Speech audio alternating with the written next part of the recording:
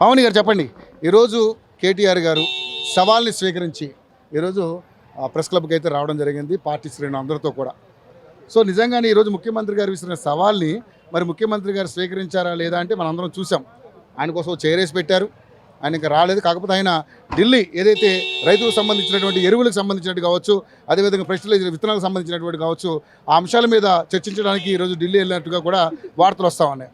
మీరు అంటే హాస్యంగానే వినా కూడా అది నిజమనేది చాలామంది మీడియాలో చెప్తా ఉన్నారు. సో ఏంటి నిజంగా మరి ఇప్పుడు ఈ సవాల్ని మరి కేటీఆర్ గారు ఇక్కడ తీసుకుని ఇక్కడ రావడం అంటే ఒక కన్ఫ్యూజన్ క్రియేట్ చేయడం కోసమా, లేకపోతే ఒక ఇష్యూని క్రియేట్ చేయడం కోసం రావడం జరిగిందా? ఏంటి మీ సమాధానం ఏంటి? ఇష్యూని క్రియేట్ చేయడానికి కాదు, కన్ఫ్యూజన్ క్రియేట్ చేయడానికి కాదు, వార్తల్లో నిలవడానికి కూడా కాదు. ముఖ్యంగా వార్తల్లో నిలవడానికి ఏదో ఎల్బీ స్టేడియంలో తూతూ మంత్రంగా వస్తాడా రాదా అనే ఉద్దేశంతో నీళ్ళల్లో దెబ్బేద్దామని కేటీఆర్ సవాలుకు సిద్ధమా అన్నాడు.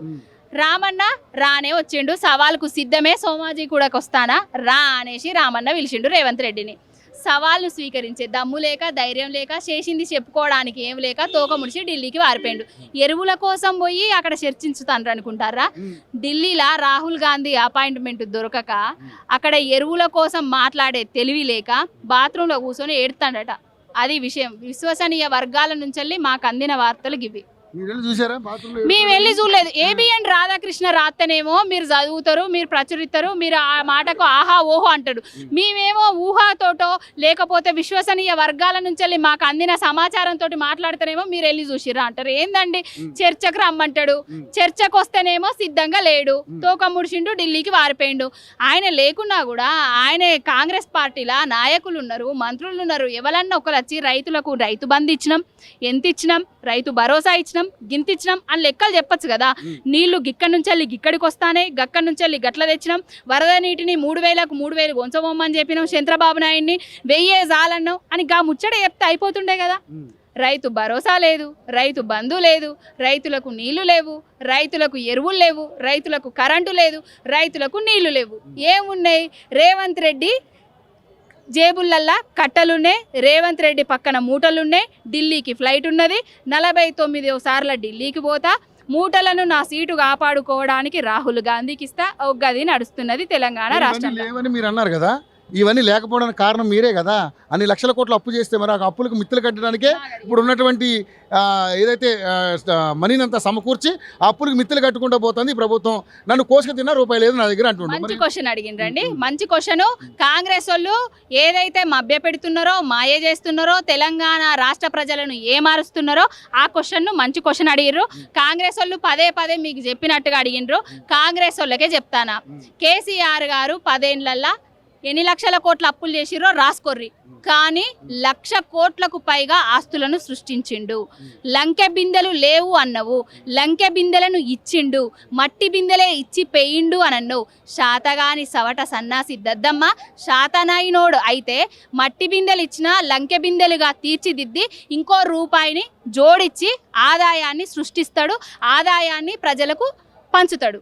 కానీ చేయరానోడు, పరిపాలన మీద అవగాహన లేనోడు, దుష్ప్రచారాలు చేస్తూ కాలయాపన చేస్తున్నాడు, డైవర్షన్ పాలిటిక్స్ చేస్తున్నాడు. ఇప్పుడు 1,00,000 కోట్ల అప్పులు అని అన్నారు కదా, 18 నెలలల్లా రేవంత్ రెడ్డి 2 లక్షల కోట్ల అప్పులు చేసిండు. గుడి కట్టిండా అంటే లేదు, బడి కట్టిండా అంటే లేదు, ప్రాజెక్టు కట్టిండా అంటే లేదు.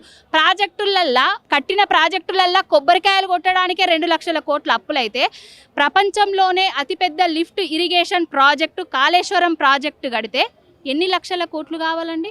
24 గంటల కరెంట్ ఇస్తే ఎన్ని లక్షల కోట్లు కావాలండి? రైతులకు కరోనా లాంటి కష్టకాలంలో కూడా రైతు బందేస్తే ఎన్ని లక్షల కోట్లు కావాలండి? ఏనాడు సంక్షేమ పథకాలకు గండిగొట్టలే కేసీఆర్ గారు. అప్పులు చేసేవడం వల్ల ఏంటి ప్రయోజనం? మళ్ళీ మీ మీదో, ఆవిడ మీదో, ఈవిడ మీదో, నా మీదో, లేకపోతే మరి కెమెరామెన్ మీద అందరి మీద ఆ భారం పడుతుంది కదా.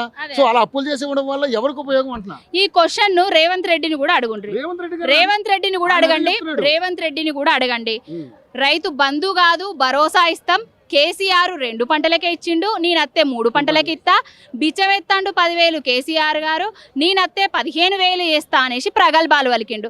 మరి ఇంట్లోకెళ్ళి జూబ్లీ హిల్స్ నుంచి వెళ్ళిస్తాడా, కొండారెడ్డి పల్లె నుంచి వెళ్ళిస్తాడా, లేకపోతే ఢిల్లీ నుంచి వెళ్ళి కాంగ్రెస్ పార్టీల నుంచి వెళ్ళి ఆ అధ్యక్షుడు సోనియా గాంధీ, రాహుల్ గాంధీ, ప్రియాంక గాంధీ, మల్లికార్జున ఖర్గే ఇంట్లోకి వెళ్ళిస్తాడా?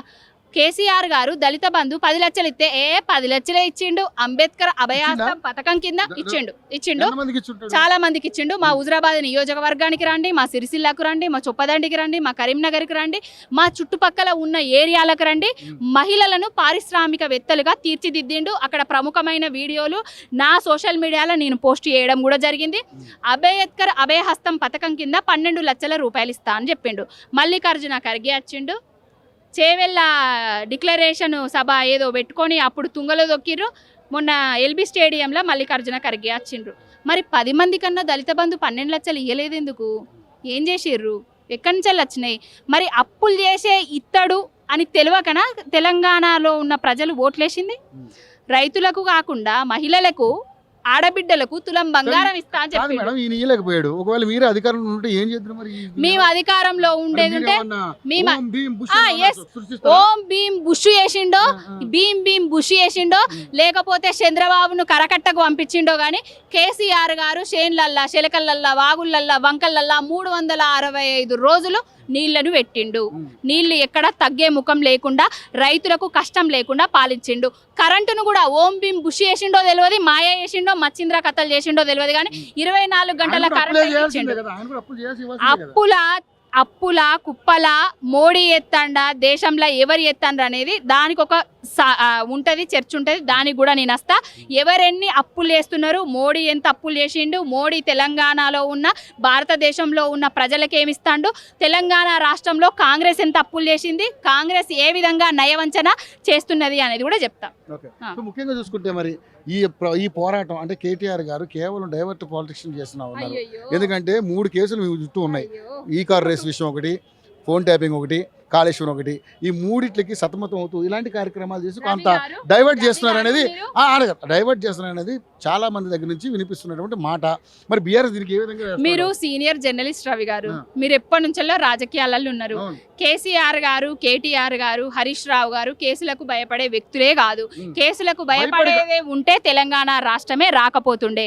అసలు ఫోను ట్యాపింగ్ లొట్టపీసు కేసు, హీరోయిన్లది అది ఇది అని చెప్పారు. నిన్న మీకు ఏది బయటకు వచ్చినాయి? హీరోయిన్ల ఫోన్లు ట్యాపింగే చేయలేదు, అసలు దాంట్లో కేసీఆర్కి సంబంధమే లేదు, కేటీఆర్కి సంబంధమే లేదు అనేసి. ఇంకోటి ఈ ఫార్ములా రేసు కేసు ఉన్నది. ఆ ఈ ఫార్ములా తీసుకురావడానికి కేటీఆర్ అన్న ఎంత కష్టపడ్డాడో, ఎంతమందిని ఒప్పించిండు, ఎంతమందిని మెప్పించిండు, అది తీసుకొచ్చి ఎన్ని పెట్టుబడులు తీసుకొచ్చిండో అనేది కూడా మీకు తెలుసు.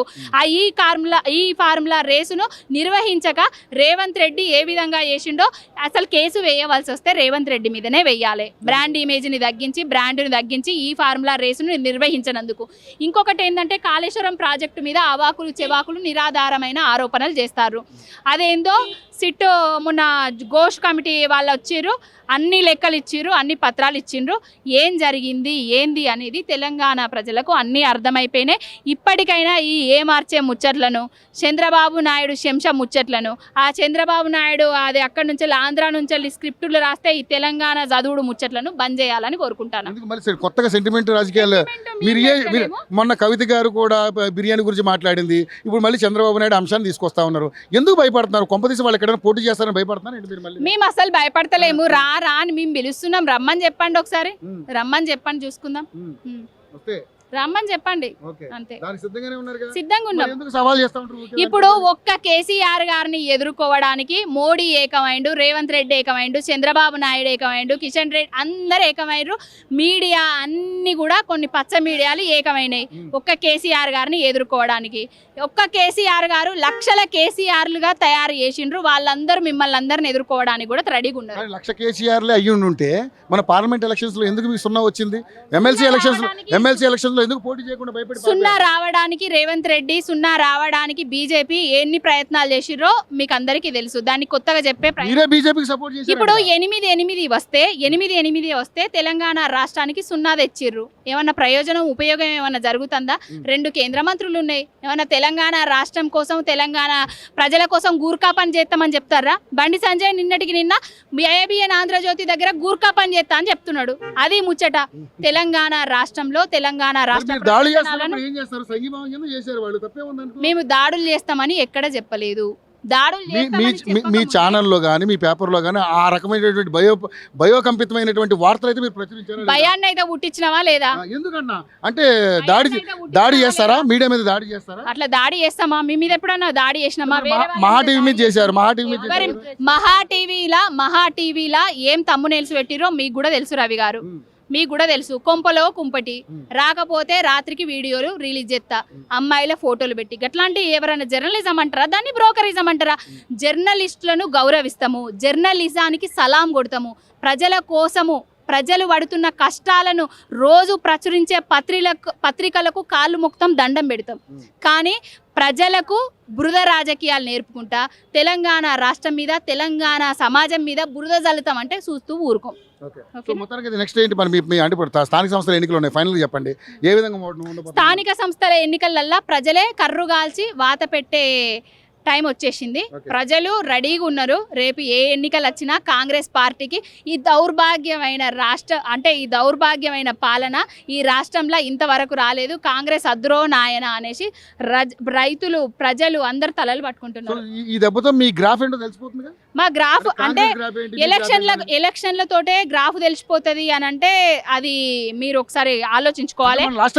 1.8% ఓట్ల తేడాతోటి మేము ఓడిపోయినాము. అలవి కాని హామీలు, కొన్ని శక్తులు అన్ని గెలవడం కోసం రకరకాల ప్రాబ్లం అన్ని క్రియేట్ చేస్తారు మేడం. వాటిని కోసమే రాజకీయాలు చేయడు బాపు కేసీఆర్ గారు.